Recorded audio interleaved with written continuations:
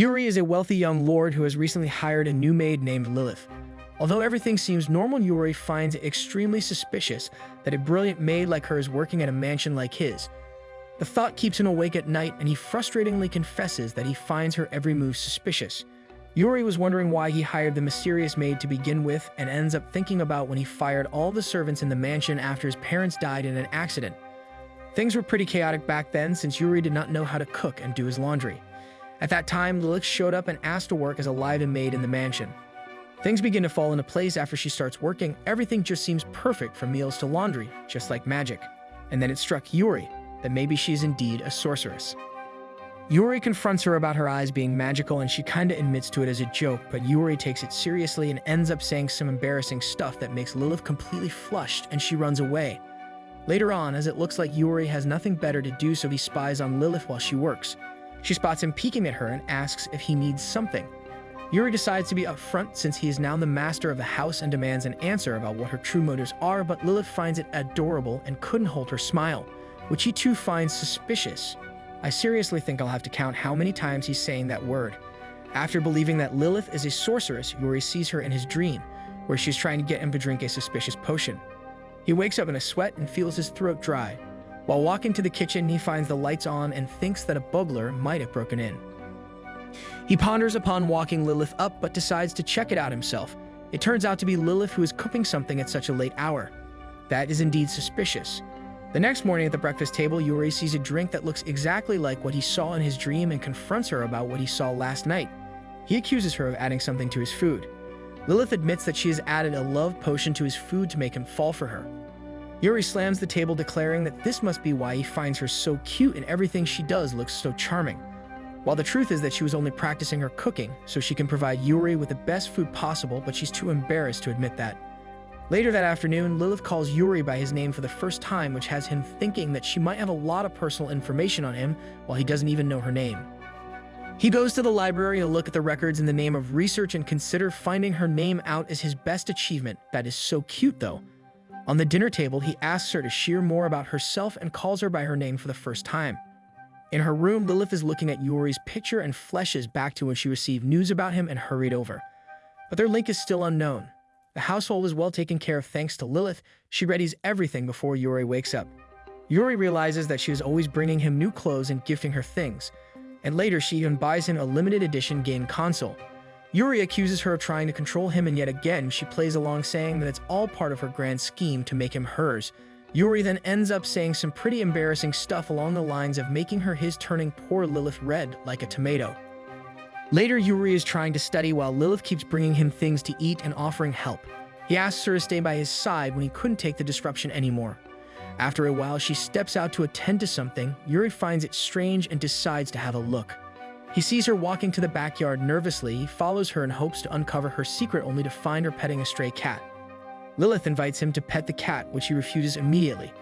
Lilith assumes that he might be jealous and teases him about it.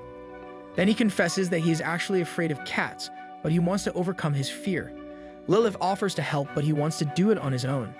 Yuri tries to play with the cat to get used to it, so Lilith brings him food to feed the cat while she's out shopping.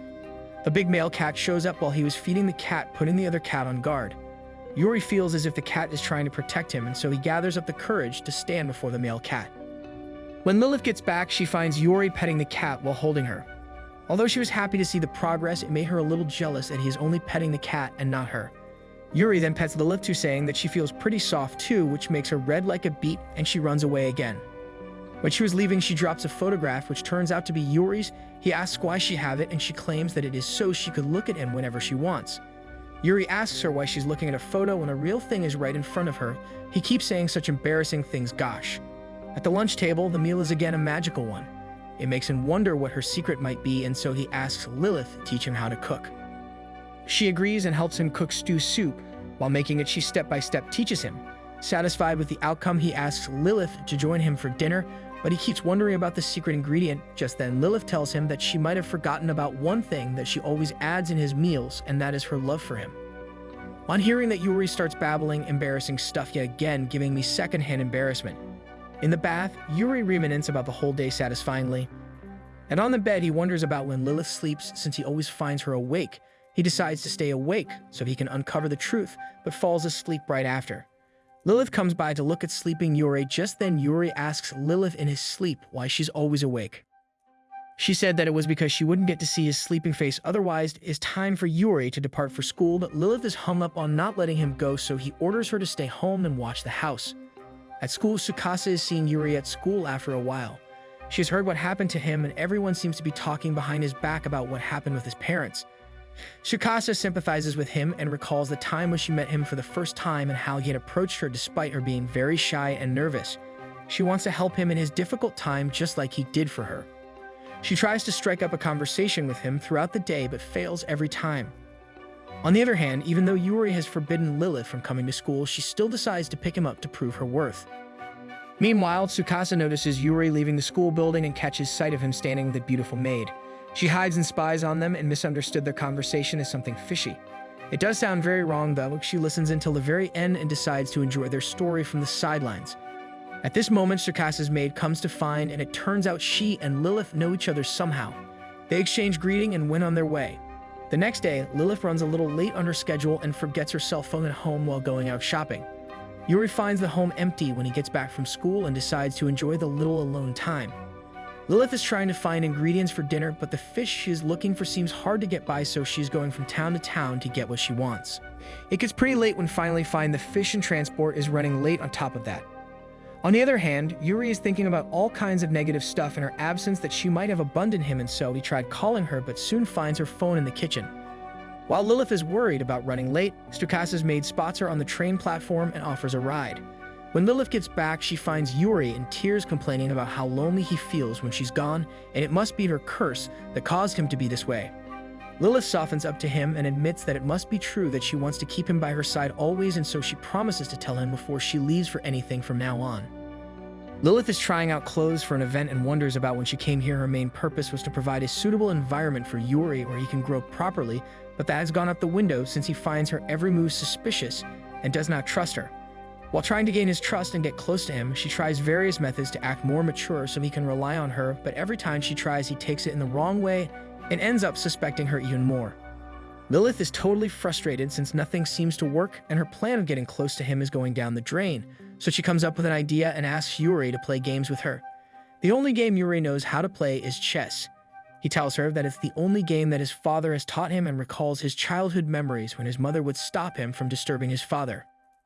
But all he wanted was to play with his father. He remembered telling her mom that his father thinks that his mother is not a good cook and her leaving to make the best pudding of her life. Yuri remembers sneaking into his father's office while his mother was busy making the pudding. It was then that his father taught him the names of the chess pieces and taught him how to play. Those were one of the memories he has left of his parents. Lilith comforts him and tells him that she will play with him as much as he wants. She realizes that it's just her letting her emotions get the best of her, and they end up playing till the sun goes down. And even then, it was not enough. The next day, Lilith notices that Yuri is acting strange, as if he is ignoring her. So she makes some pudding for him, expecting a usual fierce response, but when she hands him the pudding, his dull response ends up worrying her even more. She follows him around to figure out what might be the problem. The ignorance made her feel like Yuri might be bored of her and might not want her around her anymore. Just then, Yuri comes out of the room and hands her an invite to the open house event at school. He tells her that he has been pondering about how to get her to come to the event, and that is why he has been acting like this. Lilith feels relieved and promises to join him. But the real problem is her outfit. Yuri has forbidden her to wear her usual maid outfit and asked her to wear normal clothing, but Lilith couldn't find a single outfit that will suit the occasion. At school, looking at other parents reminds him of his own, who were always too busy to accompany him anywhere. That's why he expects Lilith to be there, but when all the parents and guardians were called in, Yuri feels disappointed by not seeing Lilith there. He was in the middle of consoling himself when the door opens and Lilith comes in wearing a butler's suit. Tsukasa's maid Fusaki has leaned her the outfit, otherwise she could have missed it. On her way back home, Lilith explains why she was late, but none of that matters to Yuri. He is already quite grateful that she showed up for the event and supported him as she did.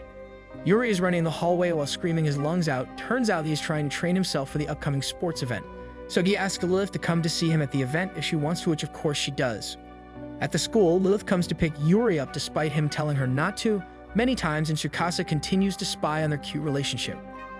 She boasts about how bittersweet and cute their relationship is, so Fujisaki ends up playing along and delivers dialogue in a chiasmatic way just to please her.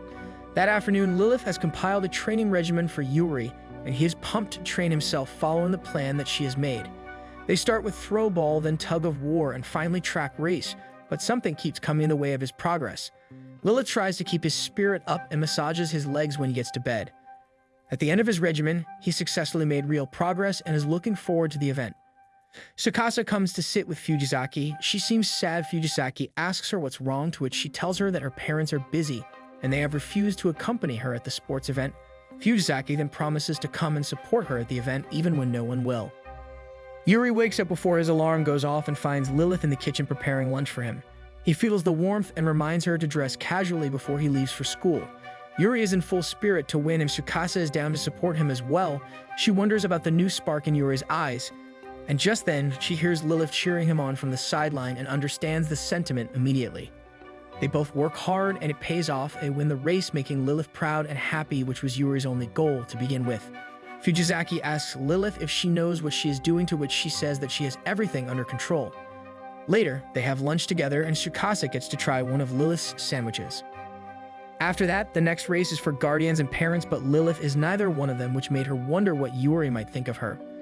But for the moment, she puts these thoughts behind her and focuses on the race and ends up taking first place. She realizes why he had asked her to wear casual clothing. Turns out he was concerned about the track race. Yuri gets super happy, but just then, some of his fellows gather around them to criticize a maid participating in a family race. Yuri defends Lilith and tells them that Lilith is his family, making her feel moved. Still, she tells him that he didn't have to do all that, to which Yuri reacts like his fierce self and babbles out embarrassing stuff, but it makes her feel relieved and happy.